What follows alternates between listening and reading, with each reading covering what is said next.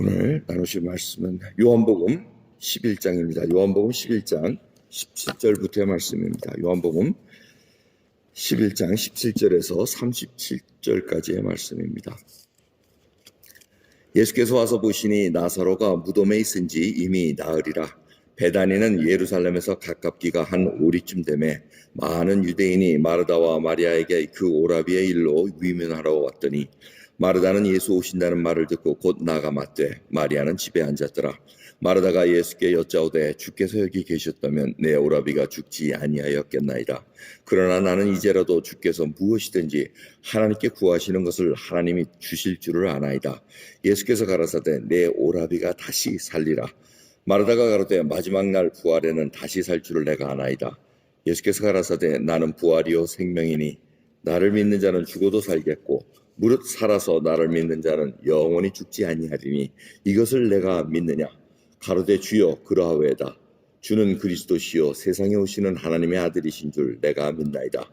이 말을 하고 돌아가서 가만히 그 형제 마리아를 불러 말하되 선생님이 오셔서 너를 부르신다 하니 마리아가 이 말을 듣고 급히 일어나 예수께 나아가매 예수는 아직 마을로 들어오지 아니하시고 마르다에 맞던 곳에 그저 계시더라. 마리아와 함께 집에 있어 위로하던 유대인들은 그의 급히 일어나 나가는 것을 보고 곧걸어 무덤에 가는 줄로 생각하고 따라가더니 마리아가 예수 계신 곳에 와서 보이고 그 발 앞에 엎드려 가로되 주께서 여기 계셨다면 내 오라비가 죽지 아니하였겠나이다 하더라. 예수께서 그의 우는 것과 또 함께 온 유대인들의 우는 것을 보시고 심령에 통부은히 여기시고 민망히 여기사 가라사대 그를 어디 두었느냐. 가로되 주여 와서 보옵소서 하니 예수께서 눈물을 흘리시더라. 이에 유대인들이 말하되 보라 그를 어떻게 사랑하였는가 하며 그중 어떤 이는 말하되 소경의 눈을 뜨게 한 이 사람이 그 사람은 죽지 않게 할 수 없었더냐 하더라. 아멘.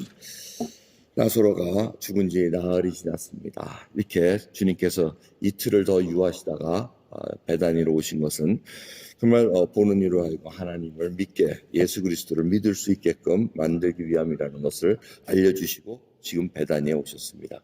마르다가 맞이합니다. 주께서 계셨다면 내 오라비가 죽지 않았을 것입니다. 그러면서 우리가 너무나도 정말 잘 아는 말씀, 나는 부활이요 생명이니 나를 믿는 자는 죽어도 살겠다고 얘기를 합니다. 살아서 믿는 자는 영원히 죽지를 않을 것이라고 얘기하십니다. 마르다는 정말 다시 정말 내 오라비가 살리라 하고 얘기했을 때 마지막 날에 살 겁니다. 지금은 당장 죽었는데 어떻게 살겠습니까? 이제 그 질문을 하는 겁니다. 마르다도 좋은 믿음을 가진 여인이었습니다. 마지막 날 부활의 신앙을 믿고 있는 것은 그건 유대교에 갖고 있던 신앙이었습니다. 그건 다니엘서 12장 2절에 근거한 말씀이었습니다. 마지막 때에 많은 자들이 깨어서 영생을 보리라는 그 다니엘의 말씀을 가지고 그들도 부활의 신앙을 갖고 있었습니다. 하지만 지금 예수님께서는 지금 예수 그리스도를 구세주로 믿는 자마다 영원한 생명, 그리고 살아서 믿는 자는 죽지도 않겠고 죽어서 믿는 자는 다시 살겠다고 말씀을 하고 계십니다. 이와 똑같은 대화가 이제 마리아하고 또 연결되는 것을 우리가 볼 수가 있습니다. 왜 주님께서는 그 마을에 아직 안 들어가시고 마르다와 맞이했던 곳에 그대로 계셨을까? 우리가 이렇게 생각해 보면 분명히 예수님이 마리아를 찾았을 것입니다. 마르다하고 이렇게 대화를 하는데 마리아는 어디 있느냐 하고 했을 때 마르다가 대화를 이제 마치고는 급히 집에 가서 마리아를 살짝 불러낼 때 모든 사람이 따라옵니다. 이게 모든 것이 지금 나사로의 그 부활 다시 사는 것을 보이기 위해서 또 증거하기 위해서 또 보기 위해서 증인들을 많이 이렇게 불러 모으시는 장면을 우리가 이해할 수가 있습니다. 이럴 때 하나님께서 정말 저희들 우리에게 다시 한번 믿음을 확인시켜 주십니다. 여러분 이 말씀은 부활절에만 듣는 것이 아니라 매일같이 저희들이 상고해야 됩니다. 주님께서 말씀하신 나는 부활이요 생명이니 나를 믿는 자는 죽어도 살겠고 이렇게 얘기하십니다. 이 부활이라는 것은 생명이 다시 사는 것은 바로 하나님과 주님과 연관이 되어 있기 때문에 지금 저희들이 살 수 있다는 것입니다. 바로 주님이 이렇게 디클레어 하십니다. 나는 부활이요 생명이라고 얘기하십니다. 근데 이 영어로는 더 확연하게 나타납니다. I am the resurrection, I am the life 하면서 그분만으로부터만이 부활과 생명이 나올 수 있다는 이 관사를 붙여 사용하십니다. 그러니까 그분을 떠나서는 부활도 생명도 없다는 것입니다. 네, 그분이 생명의 근원이시고 그분이 저희를 위해서 모든 영생을 허락하는 그 길을 허락하셨기 때문에 우리가 그분과 연합될 때는 그 길이 허락됐다는 것입니다. 그러게 여러분, 저희들이 생각해 봐야 됩니다. 마르다는 당장 예수님께서 그런 능력이 있으신 줄은 몰랐습니다. 오라비를 무덤에서 불러내서 살려내실 그러한 능력까지는 미처 모르고 있었습니다. 저희들도 사실 마찬가지입니다. 믿음이 정말 예수님께서 어느 정도인지는 우리가 상상할 수가 없습니다.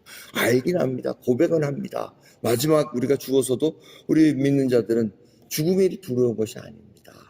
정말 하나님 앞에 어떻게 살아왔느냐가 중요합니다. 그리고 주님을 만날 때 내가 정말 충성된 자로서 말씀을 순종하며 정말 주님, 그 내가 대접받고자 하는 대로 내가 남을 대접했는가? 이 골든룰 산상수훈 속에 있는 정말 심령이 가난하고 애통해하며 온유한 자로서 의에 줄이고 목마른 자로 살아왔느냐? 그러면서 궁일이 여길 줄 알고 화평케 하고 마음이 청결해가지고 의를 핍박을 받아도 이제는 기쁨으로 하나님 앞에 나갈 수 있는가? 그럼 잘 생각해 보십시오. 우리에게 무슨 조그만 어려움이 오고 해가 오고 하면은 당장 하나님께 달려가지 않습니까? 거기까지는 좋습니다. 그래놓고 내가 여기까지 했는데 왜 하나님 이렇게 나를 트리트해 주십니까? Where's my reward? 나의 상급, 나의 상품이 왜 여기서 끝입니까? 이렇게 따집니다. 그게 아니라는 것입니다. 우리의 좁은 길은 하나님께서 개런티한 길은 영생을 허락하시고 천국에 가서 주님께 영원히 사는 삶을 지금 개런티하시면서 우리로 하여금 하나님의 백성으로서 빛의 자녀로서 살 수 있는 것을 이 어둠에 비추고자 원하시는 그 뜻을 우리가 깊이 생각해야 됩니다. 오늘 우리는 분명히 부활의 신앙을 갖고 있습니다. 분명히 저희는 이 세상에 육신의 죽음을 맞이할지라도 하나님께서 다시 살릴 부활의 신앙을 우리가 갖고 있기 때문에 그 소망을 갖고 갑니다. 그러기에 주님께서 살아서 믿는 자, 이 살아서 믿는 자는 것은 숨을 쉬는 이런 생명이 아니고 성령으로 거듭난 중생한 자를 얘기합니다. 거듭나서 정말 예수 그리스도를 믿고 가는 자는 죽지 않을 거라고 말씀하고 계십니다. 이것을 믿으십니까? 정말 우리는 살았는데도 불구하고 예수 그리스도의 생명이 있음에도 불구하고 죽은 자같이 살아가는 것이 얼마나 많습니까? 주님께서는 그 모습을 보시면서 눈물을 흘리십니다. 내가 어떻게 이 생명, 나의 생명을 너희를 위해서 흘렸는데 생각과 행동과 모든 것들이 하늘나라의 그 사는 원리를 다 부어주셨음에도 불구하고 성령 하나님을 우리 안에 부어주셨음에도 불구하고 우리가 어떻게 살아가는가? 내가 이를 믿느냐라고 물어보실 때 오늘 여러분의 답은 무엇이라고 하시겠습니까? 같이 기도하겠습니다. 하나님 감사합니다. 진정으로 저희가 죽어서도 주님께서 살려주신다는 그 부활의 희망을 믿기에 오늘도 이 시간 이 새벽을 맞이합니다. 주여 오늘 하루도 정말 부활의 신앙으로 부활의 소망으로 부활의 생명의 소망을 가진 자로서 살아가게 해주시옵소서. 주님이 부으신 생명입니다. 이 생명 허튼 데 쓰지 않게 하옵시고 진정으로 주의 영광을 드러내는데 사용될 수 있도록 저희를 내어드립니다. 저희를 사용해 주시고 붙들어 주시옵소서. 감사드리며 우리 주 예수 그리스도의 이름으로 기도드리옵나이다. 아멘.